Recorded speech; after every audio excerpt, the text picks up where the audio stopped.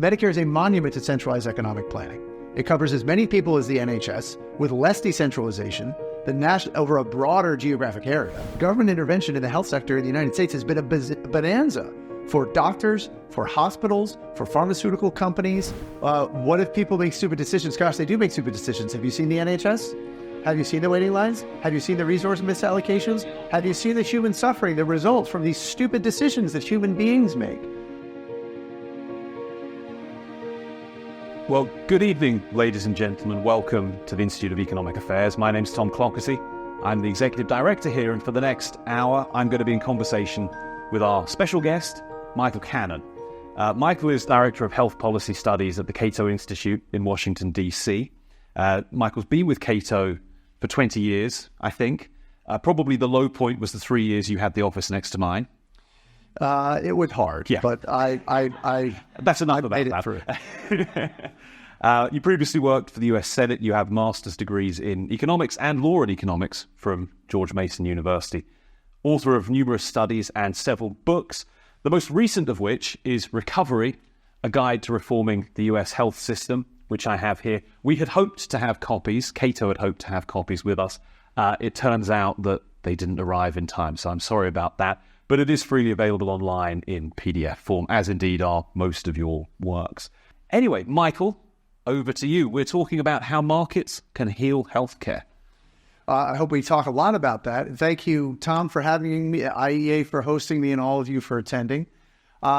This is a book, as Tom said, that's about how to reform the U.S. health sector, but there's a lot in there that is relevant to health system reformers in other countries. The reason for that is that despite the common perception that the authorities, such as the economists, have propagated both in the United States and around the world, that what the United States has is a free market in healthcare, and that therefore all of the bankruptcies that you hear about and the excessive prices and people losing their insurance and the large number of uninsured people in the United States, those are all the result of market processes in the free market. Contrary to that, in fact, I like to say that not only does the United States not have a free market in healthcare, it has not just socialized medicine, it has every form of socialized medicine that any country has, other country has developed, and at least one that no other country has developed. And the reforms that we need to enact in the United States to achieve a free market are applicable to countries such as the UK and other European and advanced countries. So what do I mean when I say that we have every form of socialized medicine known to humankind? Well, most U.S. residents have health insurance through an employer, through a compulsory system of employer-sponsored health insurance, which is pretty much what they have in Germany. We also have a version of the Canadian Medicare program. In the United States, we call it Medicaid, and it's also very similar to the Danish health system, where the national government sends money out to provinces, states, regions, and they administer a universal program with no cost sharing for a defined population. In the United States, it's not the entire population, it's low-income people, but otherwise, structurally, the program is very similar. We also have in the United States our own version of the NHS. We call it the Veterans Health Administration. It is a health system that the government entirely owns and funds. It owns the hospitals, it employs the doctors. It may even be a little more socialized than the NHS in terms of government exerting direct control over the means of production. It covers about 1% of the U.S. population. We have our own version of the Swiss and Dutch health systems. We call it Obamacare. It covers about 6 or 7% of the U.S. population. It is a market of ostensibly private health insurance that the government regulates and subsidizes heavily. But we also have that form of universal or socialized medicine. And finally, well, not quite finally, but close to finally, we have a form of socialized medicine that no other country can match in terms of how much centralized economic planning there is. The U.S. Medicare program, which covers 66 million elderly U.S. residents, and as well as people with disabilities and specific diseases, Medicare is a monument to centralized economic planning. It covers as many people as the NHS with less decentralization, over a broader geographic area. The national government sets the prices for every service that the Medicare program purchases, and the Medicare program is, at least in terms of dollars spent, the largest purchaser of medical goods and services in the world. So that's a pretty impressive specimen right there. We have 3 or 4% of the population that enrolls in both our version of the Canadian system and our own homegrown Medicare program, because that's how many elderly Medicare enrollees also meet the income criteria for the Medicaid program. And then we do have about 8% of the population that has no health insurance, or at least no formal health insurance. And a lot of people will see that segment of the U.S. population and conclude, well, that shows that what the United States has is a free market. Because in a free market for health insurance, not everybody's going to get health insurance. So if you have an uninsured population, QED, you have a free market. I submit that what's actually going on with the uninsured population in the United States is that it is so large because all of these other government interventions, with the possible exception of the Veterans Health Administration, our version of the NHS, every other government intervention is making it harder for these people to afford medical care, because every one of these government interventions drives spending and prices higher, making U.S. healthcare less and less affordable. But before we get there, to give an idea of how much control all of those government interventions give the government over healthcare financing in the United States, the OECD measures what share of health spending in each member nation is voluntary. In other words, the consumer has a choice. I will spend this money on healthcare or I will not. And the government doesn't penalize them either way. Or is compulsory, where the government says you will spend your money this way or there will be penalties. Obviously, taxes count. If you don't pay your taxes, you go to jail. But a large share of private spending in the United States, all of that employer-sponsored spending that covers more than half the population, is compulsory. It's compulsory private spending. And so the United States, you might think that if it had a free market in healthcare, the share of health spending that is government spending or otherwise compulsory would be very low. In fact, the OECD says it's 85%. That's just 2 percentage points shy of the number one nation on this metric, which is Germany at 87%. And it puts the United States in a statistical dead heat with France, Czechia, Denmark, and Norway in terms of how much control government has over health spending. And yes, in case you were wondering, that is a larger share of health spending that the government controls in the United States than in the UK, as well as a host of other nations with government-run health systems, including the single-payer system in Canada.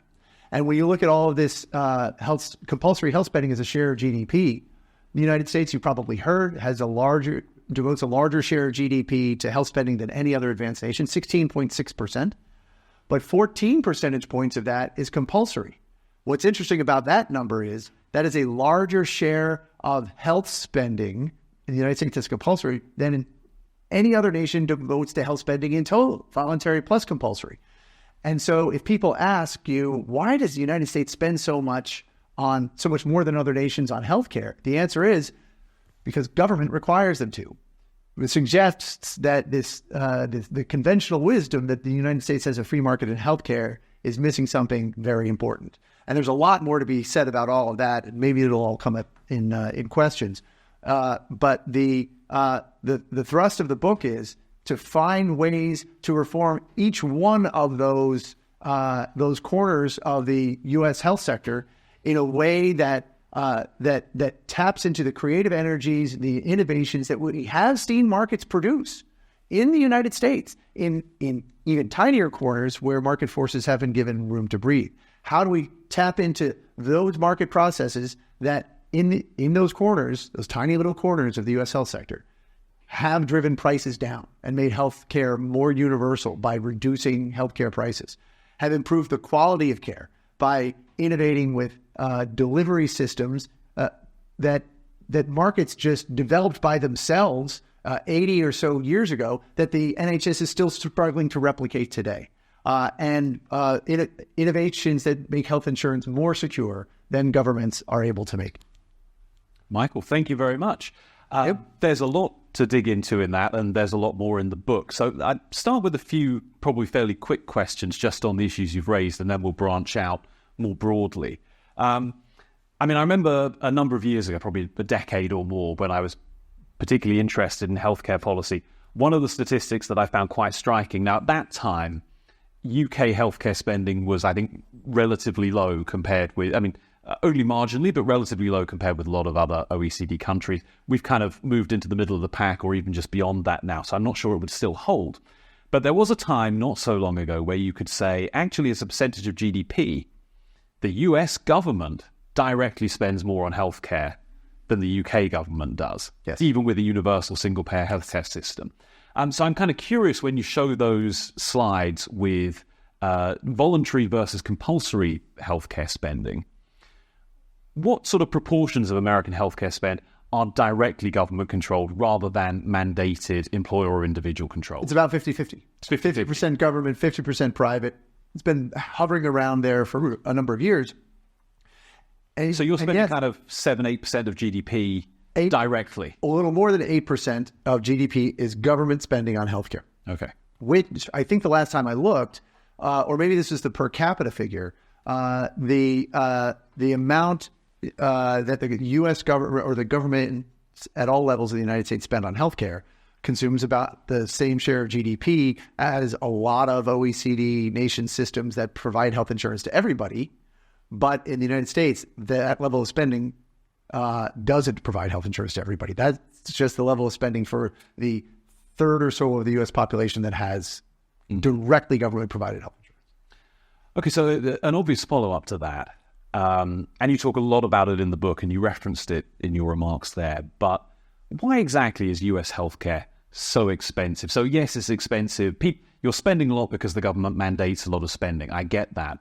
But even on a kind of unit of healthcare basis, it's more costly in America than pretty much anywhere else in the world, right? Why is that? So one of the reasons is that the United States is a wealthy nation, and healthcare is a luxury good. That means that as your income rises, a luxury good means as your income rises, you want to spend an increasing share of every dollar of income on healthcare, and that leads to higher demand and higher prices. So part of it is that we're a wealthier nation, but that's not all of it. Can I skip back there if you want to. I have a picture or two that helps to illustrate this. Okay. One of the reasons this slide, I think, is both indirect evidence of how much control government has over healthcare in the United States and answers your question about why it's so expensive. What it shows is lobbying expenditures by sector of the economy. And you might think that the U.S. military is such an enormous governmental enterprise. I mean, you've heard of the U.S. military, perhaps? You're familiar with their work? It's an enormous enterprise, and it makes a lot of people very wealthy, a lot of defense contractors very wealthy. You might think that spending on defense lobbying would lead all other industries, but in fact, lobbying expenditures by the healthcare industry, it exceeds defense industry lobbying by a factor of 6. That is because, it's not because we have a free market in healthcare. If we did, there would be no reason to lobby the government. They wouldn't have any powers to influence. But the healthcare industry tries to lobby the U.S., does successfully lobby the U.S. Congress to spend more money on healthcare, to keep prices high, to keep the quantity of services high, usually by encouraging more and more health insurance with less and less cost sharing so the patient doesn't care about prices or quantity. And they've been very successful at this. A very salient example is right now, President Biden is trying to reduce the prices that Medicare pays, the U.S. Medicare program, which covers the elderly, pays for prescription drugs. In general, the Medicare program pays about twice as much for pharmaceuticals as either the Veterans Health Administration in the United States or most other advanced nations do. The prices are just twice as high. President Biden is trying to get those prices down, but the pharmaceutical industry spends about almost 3 times, just by itself, spends about 3 times what the defense industry spends. And they're not spending all that money to try to get those Medicare prices down to the market clearing price. They're just trying to keep those prices as high as possible. And you can see in this chart from the OECD how successful the healthcare industry has been at insulating consumers from the prices of the medical services that they're purchasing. The share of health spending in the United States that is out of pocket, goes directly from the consumer to the healthcare provider, is among the lowest in OECD nations. It's about 11%. And that's lower than in the United Kingdom, where I think it's 14 or 15%. The United Kingdom, which has universal single-payer healthcare with zero out-of-pocket expense, presumably. That doesn't quite work out that way. But these are the reasons why healthcare spending is so high, and why I say that government is just stepping on the accelerator with all of these different interventions. Healthcare spending and healthcare prices in the United States are high, not as a result of market forces, but as a result of all of these government interventions. Okay. So there's a couple of paths I want to go down there. So I think the first one, actually, I think maybe you can understand why people look at the American healthcare system and say, no, this is more free market. This is a free market system. Now, we as free market people will say, no, that's not any kind of market at all. It's heavily regulated. They're shot through with all kinds of unintended consequences and everything like that. But probably when most ordinary non-economists, non-policy people think about free market, they think commercial. They think corporations. And clearly, the US has a lot more commercial and corporate involvement than probably most other healthcare systems around the world.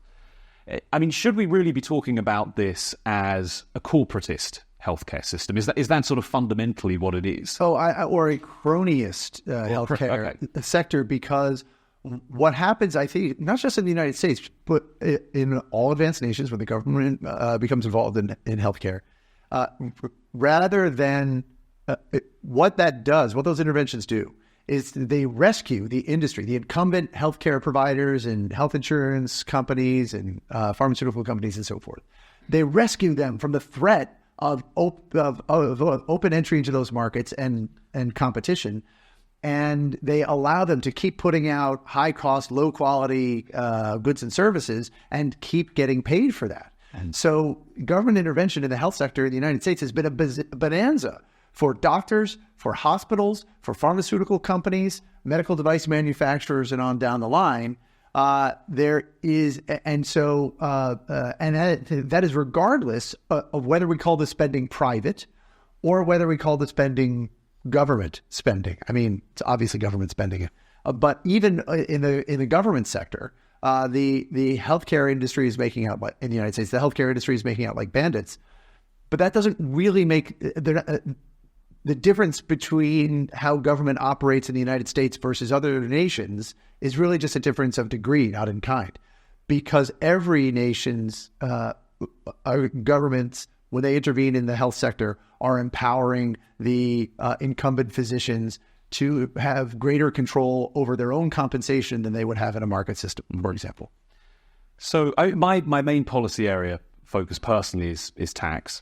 I think I heard you on a podcast a little while ago talking about your book, but talking particularly about the role that the US tax treatment of healthcare has played in the emergence of this kind of weird corporatist system. And you kind of made it sound like the tax treatment of healthcare is sort of the original sin from which everything else has flowed.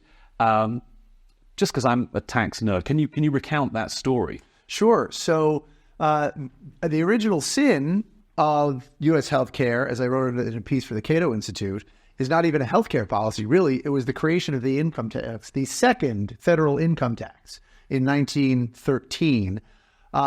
It's the second because during the Civil War, the federal government imposed an income tax, and then something wonderful happened.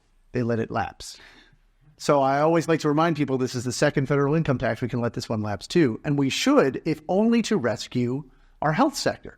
Because when Congress created the second income tax in 1913, it didn't say anything about whether health insurance from employers would be subject to that tax. It's a form of compensation, but it wasn't actually a thing back in 1913. Modern health insurance didn't exist, so they didn't say anything about it. But when the question arose, the Treasury bureaucrats just threw up their hands and said, this is too complex for us to figure out, and so we are going to exclude that form of compensation from the income tax base.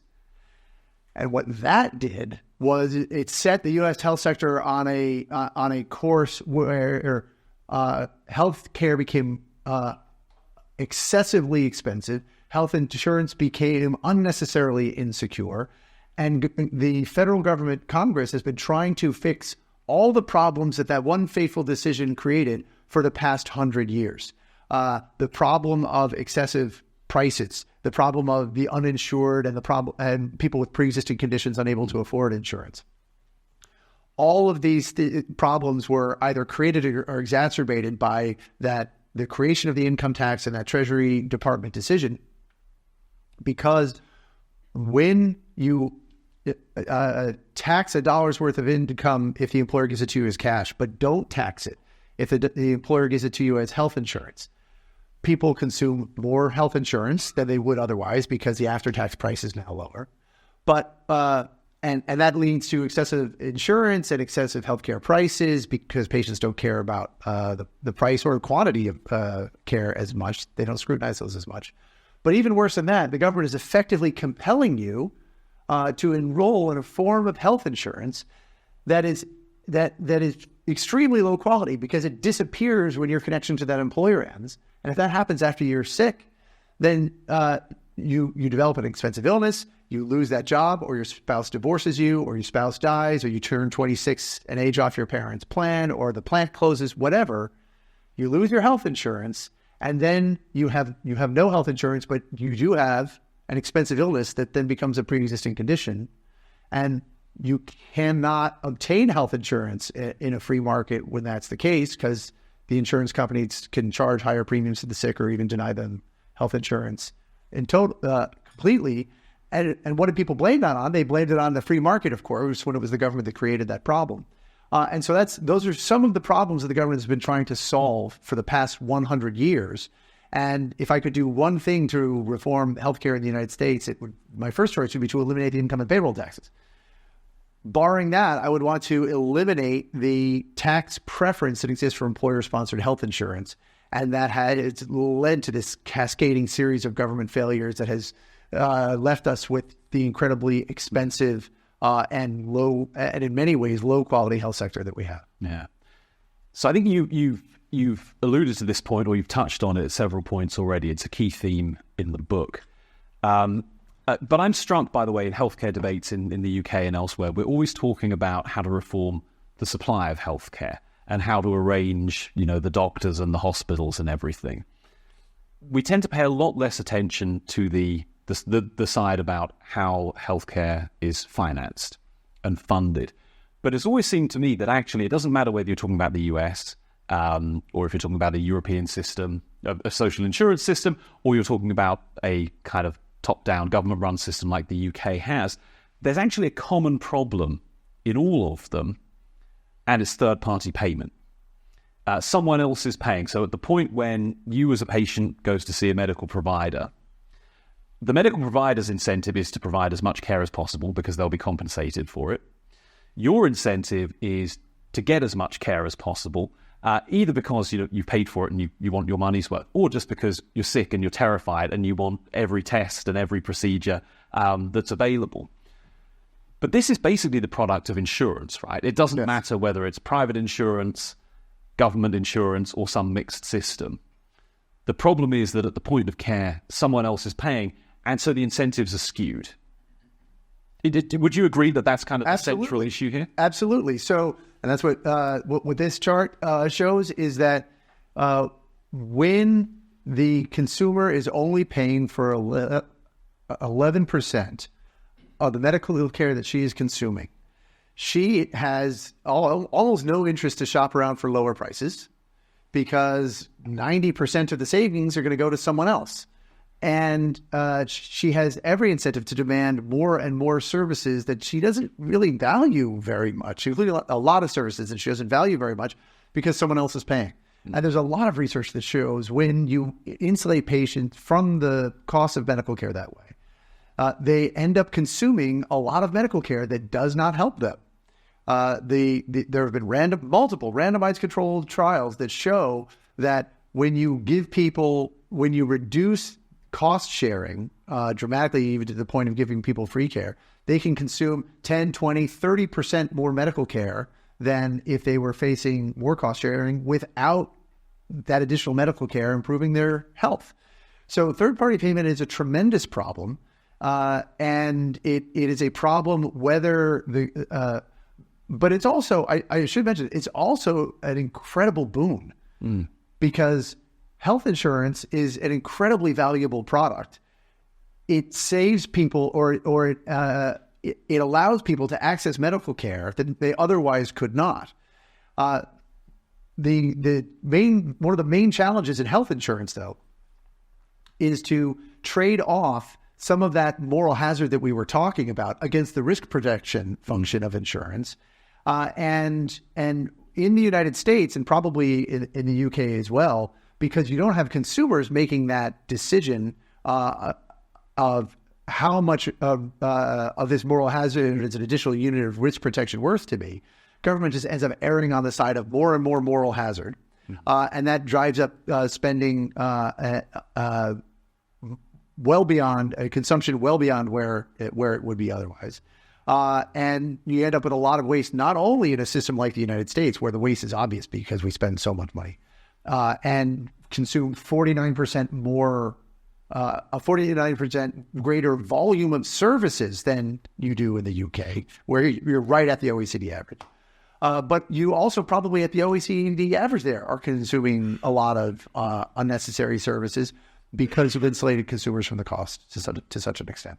But I'm not saying, and you're not saying, we shouldn't have health insurance and everything should be out of pocket. Obviously, that wouldn't work either. But you have to have something more like the balance that a market would find. You have to let consumers choose how much cost sharing they want and let them go in different directions. In the United States, how do you do that practically? In the United States, Democrats want people to have zero out of pocket. It seems, it's a simplification, but not much of a simplification. To say that Democrats want everybody to have zero cost sharing, whereas Republicans want everybody to have a catastrophic high deductible health insurance plan. I'm ambivalent between these two. I think people should be able to choose because some people prefer one and others prefer the other. And when you let people control their own health insurance dollars, rather than have third-party payment for health insurance, they will sort themselves into the kinds of health plans that best match their preferences for risk. And because a lot of them will choose plans with more cost sharing, and a lot of them will choose maybe first dollar plans with very aggressive care management, you will let all groups have the level of risk protection that they prefer without driving up health spending, even in the to wasteful levels, even in the group that has zero out of pocket exposure. So one of the things, as I said, I had a period probably around like 2008 to 12 where I got really interested in healthcare policy, partly because it was... But you got over that. I got over it, right. Yeah. I'm deeply bored right now. Back then, it was a live issue in the UK. The Labour government then, in the early part of that period, was reforming the healthcare system, actually probably more aggressively than Conservative governments either side have dared to try. Towards the end of that period, Andrew Lansley, then the Conservative Health Secretary, was embarking on, probably most people would say, a slightly ill-fated reform effort. And of course, the Obamacare universal care stuff was bubbling up in the US. It was big in issues of The Economist and everything. So you felt even in Britain, you knew quite a bit about what was going on in the space in the US. But this is a rambling way of getting to my point, which is I got really into the idea of health savings accounts. And okay, in the US, it might be practical that people save and fund their own healthcare savings account. And then when they go to the doctor, they're spending some of their own money. In Singapore, people are forced to save quite a lot of their own money to pay for that and other expenses in future. But I also thought, in the UK, you could do a version of this system where the government simply credited your account with a certain amount, and some healthcare, the kind of healthcare that people consume on a fairly habitual basis, you would pay for out of pocket. But then if it was money that was under your control, you'd have an incentive to shop around and get a good deal. So I was really intrigued by this idea of health savings accounts. And then I moved to America, and I worked for libertarian think tanks that had health savings accounts and high deductible plans. And I realized there was kind of a fly in the ointment here, which is it's impossible to shop around. Because if you need any kind of medical procedure in the US, by and large, you ask the doctor or the administrator, by the way, how much is this going to cost? They have no idea. And not only do they have no idea, there is no one they can ask who does have an idea. The cost of the procedure, whatever it is, seems to emerge kind of by magic after the fact. The doctors ask for some amount of money, the insurers say, no, we'll pay something else, and it ends up as some kind of compromise. But you, as the consumer, you have no way of knowing in advance. So how do you fix that issue? I'm so glad you asked. So the reason, because there is reason for hope in the U.S. health sector, and therefore I think in other health sectors, for reforms that use markets to make healthcare more universal. The reason, and here's one of them. We have health savings accounts in the United States. But the reason why even people with health savings accounts cannot get price transparency so they'll know what they're buying and be able to make these judgments about whether the good or service is worth the price is because most of the spending in the private sector health insurance in the United States still doesn't come from the consumer. It doesn't come from the health savings account holder. It comes from private insurance companies and employers. And when it comes to private insurance companies and employers, what the healthcare providers want to do is they want to enter into shadowy negotiations with them where they set a very high list price and then negotiate as small a discount as they possibly can with each individual provider, with each individual payer. Economists call this price discrimination, and they're very good at it. And they make sure that the contract says you can't reveal these prices to anybody because we don't want to undercut our negotiating position with anyone else. And they're getting all of their money, almost all of their money, through these sorts of negotiations with insurance companies and employers because the government has done so much to encourage excessive insurance, which is what this graph shows. And so you, as the rarity of a cost-conscious consumer, you're an afterthought. They don't set their pricing structure for you. But if we eliminated these government interventions that are leading to that shadowy price discrimination game, and we had more of a cash market, we would see a lot of the following behavior. Let me see if it's here. It is. There was an experiment that employers and insurers in California did, where they made their enrollees 100% cost conscious at the margin for MRI, CT scans, knee and shoulder arthroscopy, hip and knee replacements, colonoscopies, lab tests, lots of procedures and services. They said, we will pay this amount wherever you go. You can go to any provider you want. They said to their enrollees, we'll pay a fixed amount, but if your provider charges you more than that, then you have to pay 100% of the balance. So they were cost conscious at the margin. They're 100% cost conscious. What happened? Well, things that aren't supposed to happen in healthcare because markets fail. The consumers began asking for price information. They got price information from the providers because otherwise they were going to leave. They weren't going to patronize those hospitals.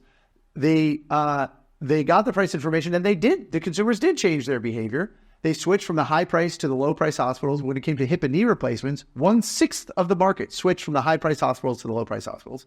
And that was enough to get the hospitals to change their behavior and lower their prices. This shows the average price reductions across all of those services. And for hip and knee replacements, the average price reduction was 20% over 2 years. At the high price hospitals, it was 37% over a 2-year period, or an average price reduction of $16,000 per procedure. When do you ever see price reductions like this in any nation in healthcare, much less the United States? But you do see it when consumers control the money and when they see 100% of the savings from shopping around. But we don't see that for the most part in the United States because in the employer-sponsored health insurance system, there's about $1 trillion of workers' money that's sloshing around in that system. And employers are controlling almost all of it, but health savings accounts so far are allowing the employee to control only about 4% of that $1 trillion. So that is why you could not get the price information you wanted, because there weren't enough Tom Cloughertys out there. And so the thing you were referring to there, where you made the consumers more price conscious, was that where if they got it cheaper, they got to keep the difference, or was that another scheme that's been tried? No, it was just for hip and knee replacements that what they call the reference price was the payment the insurance company would make was $30,000. And if it costs more than 30, then you pay. But if it costs 30 or less, you don't pay. The economists who studied this said, they could have set a much lower reference price or created those sorts of incentives and gotten the prices down even more, because the range of prices that the insurance companies were able to negotiate for hip and knee replacements in California range from $12,000 all the way up to $60,000. Wow. So they got some of those 60, that's a factor of 5. They got some of those high prices down, but even when they set the reference price at 30%, there's room to get even those prices down further. Okay. So let's try and apply some of this stuff to Britain. I know you're not an expert in the British healthcare system, but you said, you've got your own NHS in a way. No one is an expert in any health system. They're all too complex. It is complicated. So actually, I tell you what, one of the things I like about the book is the way you start with, here's what's good about the US healthcare system, here's what's bad about it, and then you say, this is why, and then you go through some of the fixes. So maybe the way to frame this question is, first of all, what does the US healthcare system do well, and can other countries learn from that? Leaving aside all of the bad things that we've discussed at length already. I would say it does two things well. The first one is, I talk about this in the book, is it leads the world in terms of new medical innovations. The example I use in the book is Sovaldi. Sofosbuvir is a 95% cure for hepatitis C. The United States developed this drug. It was initially very expensive. The price is coming down. But when the United States developed this drug, it didn't just save lives in the United States. It spread around the globe and began saving the lives of hepatitis C patients almost everywhere. And I mean saving lives because it reduced all-cause mortality among hepatitis C patients by 50%. So this is a miracle drug. And not every medical innovation that comes out of the United States is a miracle drug like Sovaldi, but the United States does lead the world in the development of new diagnostic tests and new treatments and even new cures. So the United States does exceptionally well on that score. Unfortunately, one of the reasons for that is because government in the United States floods the market with demand and enables such excessive prices that the rewards to that sort of innovation are so great. So we actually should be pretty grateful. You really should, because all of that spending on all the high prices that U.S. consumers and taxpayers pay for health insurance and medical care, all the spending by government on basic research that pharmaceutical companies turn into innovations, all of the rewards that are available to innovators who bring their products to market first in the United States. The U.S. consumer and taxpayer are financing those, and then the rest of the world gets the free ride on the benefits of that. So let's not fix American healthcare. How do we fix British healthcare? Right. So one way to fix it would be for I think there to be a more equitable distribution of the fixed costs of innovation. Okay. Let's put it that way, because then if you didn't have the health sector that you have in the UK right now, maybe the UK would be developing even more innovations than it did right now and contributing more to that sort of progress. Now, the second thing that the United States health sector does well is because it had that sort of mishmashed combination of different government interventions rather than one monolithic intervention. There are gaps between those interventions and sometimes flexibility within these markets where, as I mentioned before, market forces have had a little bit of room to breathe and they have produced wonderful innovations. The reference pricing or the experiment in cost consciousness I showed you before that got prices for all those procedures to plummet. That is incredibly important. Falling prices is what makes healthcare more universal. If what you care about is universal healthcare, then falling prices should be your obsession. That happened within the employer-sponsored market because there's enough room for employers to experiment along those lines. And so that's good. Unfortunately, the U.S. government, the U.S. tax code penalizes those sorts of innovations. And so you do see those sorts of innovations, but you also see government crushing them. Likewise, in the individual market in the United States, this is the market where consumers buy health insurance directly from an insurance company. It's the one that the Affordable Care Act or Obamacare regulated the heaviest. Prior to all of those regulations, that market was making health insurance more secure for the sick than the employer-sponsored market into which government was compelling people to enroll. And it was even innovating in ways that filled in the cracks in the employer-sponsored market, where people would lose their jobs and therefore lose their health insurance. The pre-Obamacare individual market was innovating to protect people against that risk. And there were further innovations it could have been engaging in to make healthcare even more secure for the sick. But then the federal government outlawed that. And a final example that I use in the book is, I mentioned already that the NHS is struggling to create these integrated care providers. Markets created those in the United States as a matter of course. The one that has survived and actually thrived is Kaiser Permanente. It doesn't exist all across the United States, but it is like a private sector version of the National Health Service or the Veterans Health Administration, where you have one entity that runs the insurance company and owns the hospitals and employs the doctors, and it operates under different incentives than the ones you mentioned before, where the doctor does more and they make more money.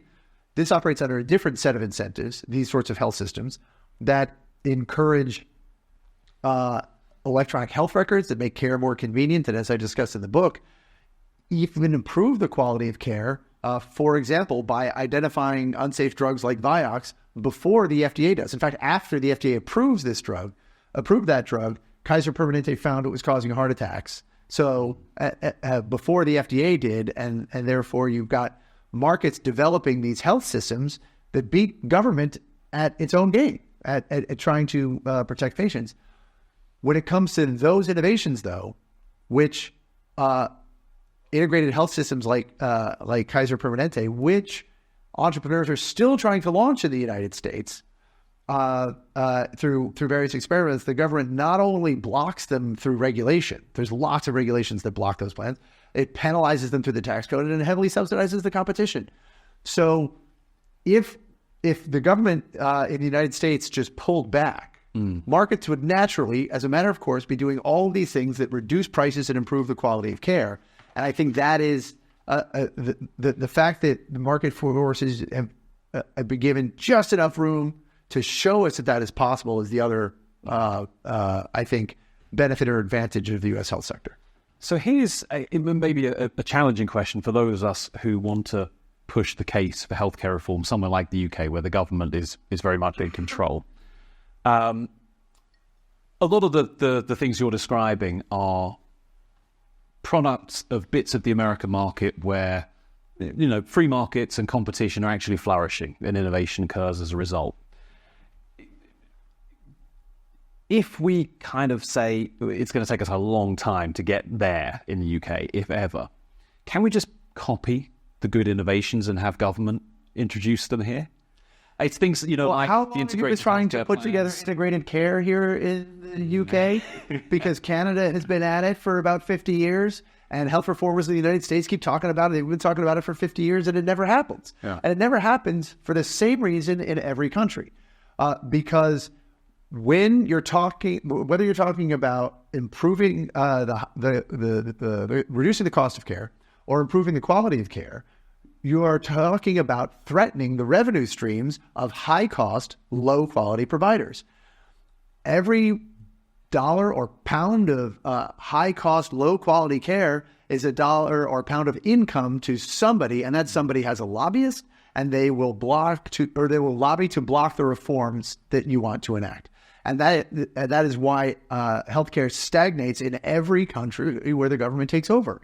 And so you can't get there from here. You're not going to be able to do this in any sort of a government system. You have to let the consumer control the money that is going to reward the healthcare providers, because only then can we be sure that the providers will be giving consumers what they want, and give them maximal choice on a level playing field between all sorts of providers, all sorts of ways of paying for healthcare, all sorts of ways of delivering healthcare. Because that is the only way to get those innovations, to reduce prices and make healthcare more universal while improving all dimensions of quality. Yeah. So, of course, I agree with you, but I'm reminded of a story, I think it's a true story, when Margaret Thatcher asked Milton Friedman how she could fix the NHS. And she was quite upset that he couldn't tell her because he just said, no, you need to have a free market. And that wasn't what she wanted to hear. And that is very difficult in the sort of the policy reform context that we have, but nonetheless true, I think. I have more questions, but I want to make sure that we have time for audience questions as well. So maybe we'll turn to you out there for a minute. And if there aren't enough questions, I've got some follow-ups. But yes, Jim. I'd be very interested in what you had to say about putting the consumer in charge.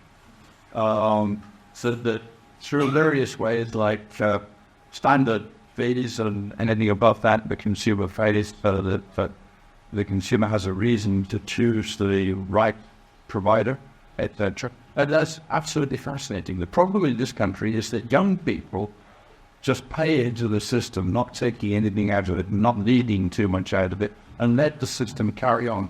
Older people realize that the NHS ought to be called the National Defence Service because it has an incentive to kill you off and save a lot of money. I speak from the heart.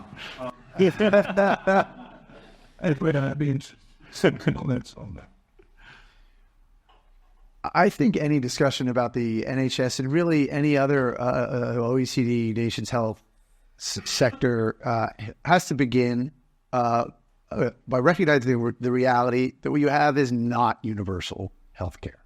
The waiting lists are too long to call this universal healthcare. The cancer survival rates, statistics are too long, are too dismal to be calling this universal healthcare. Not being able to afford healthcare is not the only way that a person can fall through the cracks of the health sector. There are lots of other ways. You can die on a waiting list. You can die because of a medical error. And the only way to fill in all of these cracks is with robust experimentation where you draw forth ideas from all corners of the health sector without government barriers in the way that allow incumbent providers to block the new and innovative ideas. So I believe that people do have rights when it comes to their health care. Primarily, they have a right to make their own health decisions. That is a fundamental human right. And to the extent the government blocks entry by certain healthcare providers or health insurance companies, or to the extent the government taxes you so you don't have as much money left over to spend on your on the healthcare goods and services that you want, the government is violating your healthcare rights. And the NHS violates people's healthcare rights because I think total spending was 11% of GDP. And so that would make government spending about 9% of GDP. That's 9 or so percent of GDP that the government, that the UK prevents you from spending according to your preferences. If the NHS were such a wonderful health system, the government wouldn't have to compel people to participate in it. It is not, and that's why they have to compel people to participate in it, and that violates their rights. But if you respect people's right to make their own healthcare decisions, then what ends up happening is markets make healthcare more universal through the sorts of processes and innovations that I've already been talking about that drive down prices and that improve the quality of care on all dimensions so that you are catching and saving people who are falling through the cracks of even systems like the NHS.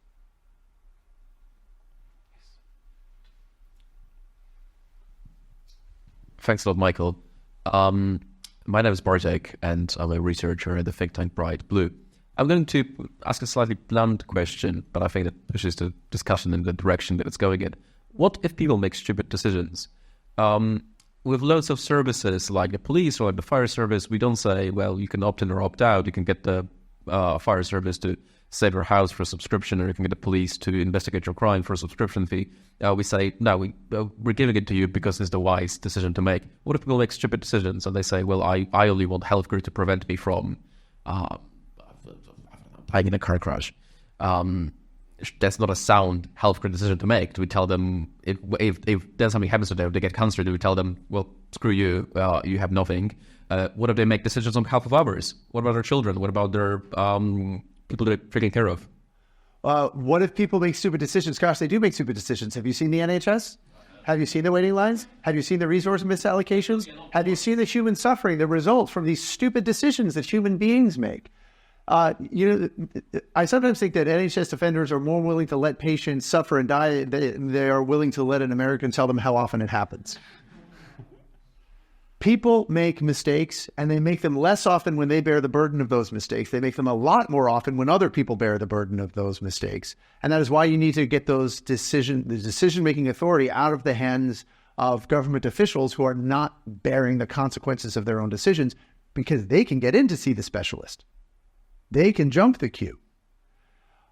And what you want to do for that person you're worried about who's not going to buy health insurance and then is going to get into a car crash, you want to make it as easy as as possible for that person to afford health insurance.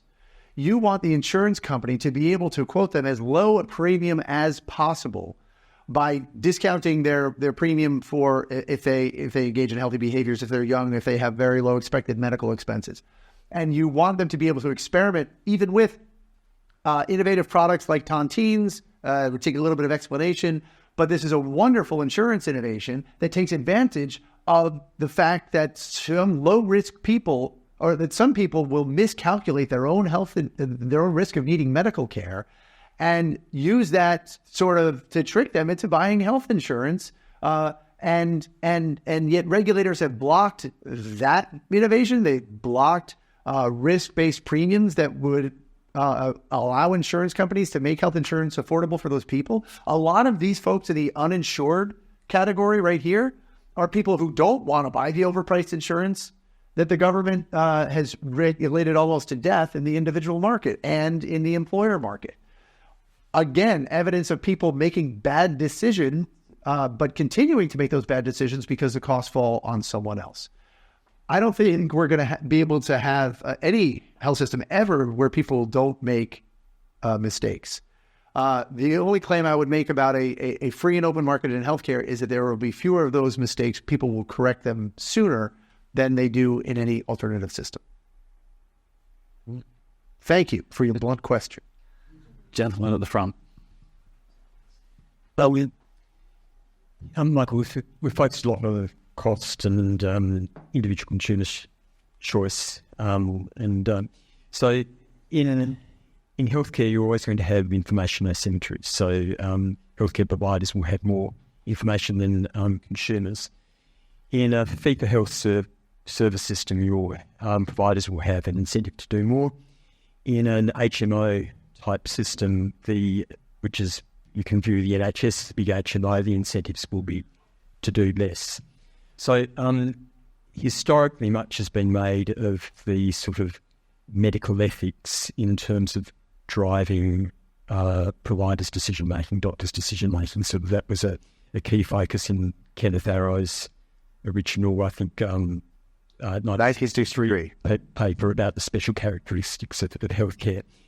Do you think those sort of aspects about medical ethics, doctors thinking about what is best for their patients, are still a primary factor in healthcare decision-making in healthcare markets? The problems that Arrow identified there in his 1963 article, this is a Nobel Prize-winning economist who wrote sort of the seminal article in the health economics profession in 1963. He identified several market failures in healthcare, and when we say market failures, that doesn't mean markets don't use government. Market failures means there are exchanges that could benefit both sides that aren't happening because of some reason, like asymmetric information or uncertainty. And what that means is that markets create incentives for people to solve those problems because people are leaving money on the table. So if someone can figure out a way to solve that problem, then they get to pick up that money on the table. And what Arrow said is one way that they tried to do this is with ethics, codes of ethics, where the physician, promises, because he's a good person, not to give the patient more care than that patient needs, basically. I thought the best critique of Arrow that I've ever read came not from an economist, but from a sociologist, Paul Starr, who wrote the definitive history of the medical profession in the United States, the social transformation of American medicine, where he said that, okay, Arrow came up with ethics and other things, other adaptations to those special problems, but he didn't talk about why the people picked the particular adaptations that they did, like fee-for-service payment That just happened to be a response to the uncertainty in medical care that favored doctors because it allowed them more autonomy and allowed them to increase their incomes. Starr said, why not HMOs like Kaiser Permanente? They themselves are a response to the uncertainty. Prepayment is a response to the uncertainty inherent in medicine. Basically what he was saying, he was at least hinting this, he may have actually come out and said it, that what people were using Arrow to do was to justify the regulations of and the subsidies of the medical profession wanted to put in place to protect themselves from competition, from plans like Kaiser Permanente that operated under different incentives, a different organizational structure, and promoted other dimensions of quality, including, and that also solved some of those market failures.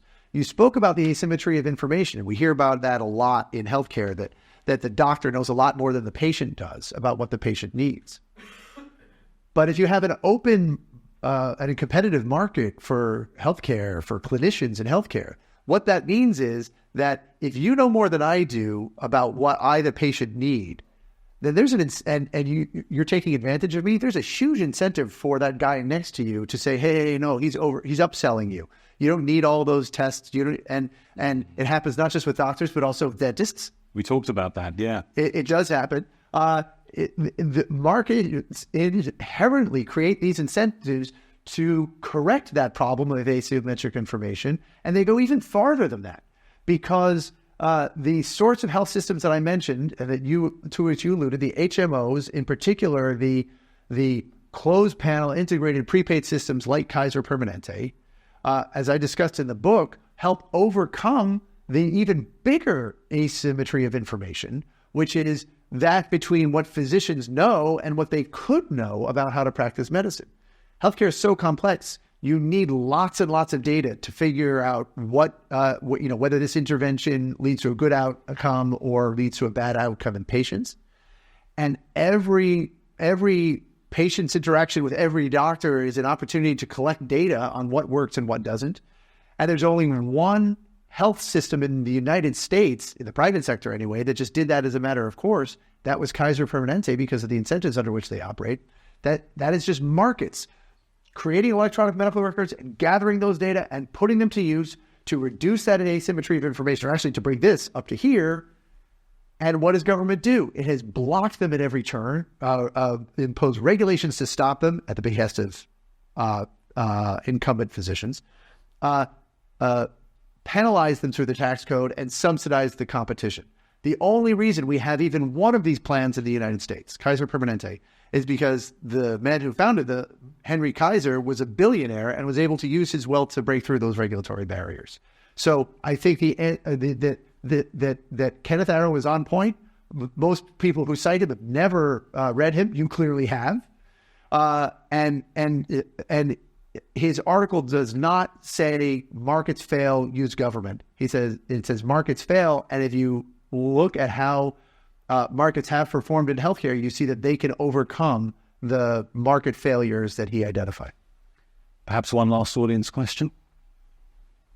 Yeah. Yes, thank you. I'm from Switzerland, and whilst we do have one of the best quality healthcare services, we do have increasing out-of-pocket spending and one of the most expensive healthcare systems in the world as well. Now, I've talked to doctors who said that they could solve around half of the cost or cut half of the cost by decreasing the spending we have in the final year of patients. And with aging societies, most of the healthcare spending comes in the final third or even quarter of the life. And there have been also studies that in Switzerland, the complexity of the product has been the highest cost driver. So you have government-insured, high-quality healthcare that is accessible to everybody, which drives the prices up of the healthcare services. Is there a need to say to elderly people who are in their final years that it is simply not financially viable anymore to provide those top-quality services to these people? And if so, how do you explain that to a voting public if you're a government that's trying to cut costs? So, that is a perennial issue so there's so much expenditure in the last 6 months of the life, for the last year of life, and it becomes an attractive target for cost cutters. The problem is it's very easy to know in retrospect when the last year of life began. Looking prospectively is much harder to know whether this is the last year of your life or this is the last 6 months of your life. And so, sorry, we're just not going to spend any more money on you. However, the problem there is the same sort of problem that we've been discussing in other contexts in healthcare, which is a third-party payer problem. If the government or an insurance company is paying for the cost of my end-of-life care, then I, on average, will demand more of it than if I were certainly paying for all of it out of pocket, or even if I were selecting myself the health insurance plan that I was going to determine how much end of life care I receive, like what kind of heroic measures I receive at the end of life. You could, if you had an open market for health insurance, people could say, I don't want to have any intervention where it costs more than $30,000 a year to get an extra year of life, or something like that, or once I've reached stage 4 metastasis, we're not going to do any heroic measures after that. We're only going to do hospice. You could in an open market for health insurance, consumers would have those choices and be able to pre-commit, and so you wouldn't have those expenditures, or even one where the government just subsidize people with cash rather than excessively comprehensive health insurance plans like we have in the United States. So the problem you're identifying is one of excessive third-party payment due to government subsidies. Now, it's interesting you say you're from Switzerland, because Switzerland has kind of come up with a way to ration care for the very sick, not unlike what we do in the United States and what happens even in the U.S. Medicare program. Because in those systems where you have consumers who can choose between competing private insurers who cannot charge risk-based premiums, they have to charge a community rate or a community-rated premium that does not vary with risk. Those systems create incentives for insurance companies to reduce the quality of care for sick people, reduce the quality of coverage that they get. I could explain why, but this is not even controversial among health economists. In fact, on the way over here, I was reading an article that discussed those incentives in the United States and those incentives in Switzerland, that those government price controls on premiums create to reduce the quality of care for the sick. So that is likely happening in Switzerland right now, where the insurance companies are spending less on people at their last on heroic measures for those folks because of the unintentional and sometimes perverse incentives that those premium price controls create. And we have pretty robust evidence of that happening in the U.S. Medicare program. Even though this is a monument to centralized economic planning and the government is setting all sorts of prices all around the United States, half of Medicare enrollees get their health insurance from private insurers now, where the government just writes one or really two checks to a private insurance company that will cover that Medicare enrollee. It creates a market a lot like the Swiss and Dutch and Obamacare markets. And in the Medicare what we call this part of Medicare Advantage. In Medicare Advantage, the seniors who get really sick toward the end of their life get very frustrated with those private Medicare Advantage plans because they are so stingy at the end of life. And then they try to switch out of those private plans back into the government-run, what we call traditional Medicare program, where the government writes checks to doctors and hospitals with no limit. So they can get lots and lots of expensive end-of-life medical care. So perversely, the Swiss system and the United States, and in both of these corners of the health insurance market, are solving that problem. Producing lower end-of-life spending, but in a really perverse way. All right. Michael, it feels actually quite uncomfortable to follow that last question with my supplementary one, but we did talk about this beforehand. Well, last week, we lost one of the real titans of the liberty movement. Yes. David Boaz, for several decades, the executive vice president of the Cato Institute. I knew David a bit, but I wish I'd known him better. He was a real inspiration as a sort of generalist who could talk about any area of policy and communicate the free market libertarian message just perfectly. He was a great promoter of talent. He was a great person to work for. I mean, he led the sort of intellectual side of the Cato Institute peerlessly for many, many years. And I think, the thing that always came across to me, and I've seen this in some of the other obituaries and so on, is that he thought of himself as a reasonable radical. He was a guy who made libertarianism seem not out there and crazy, but kind of like principled common sense. And you've worked for David for 20 years. I wonder if you'd just like to reflect on his influence a little bit before we wrap up tonight. So, yeah, I've worked for David Boaz, with David Boaz at the Cato Institute for 20 years. I knew about him before then. And because even before I started working there, he was already a giant in the libertarian movement. And to give you an idea, I was going through some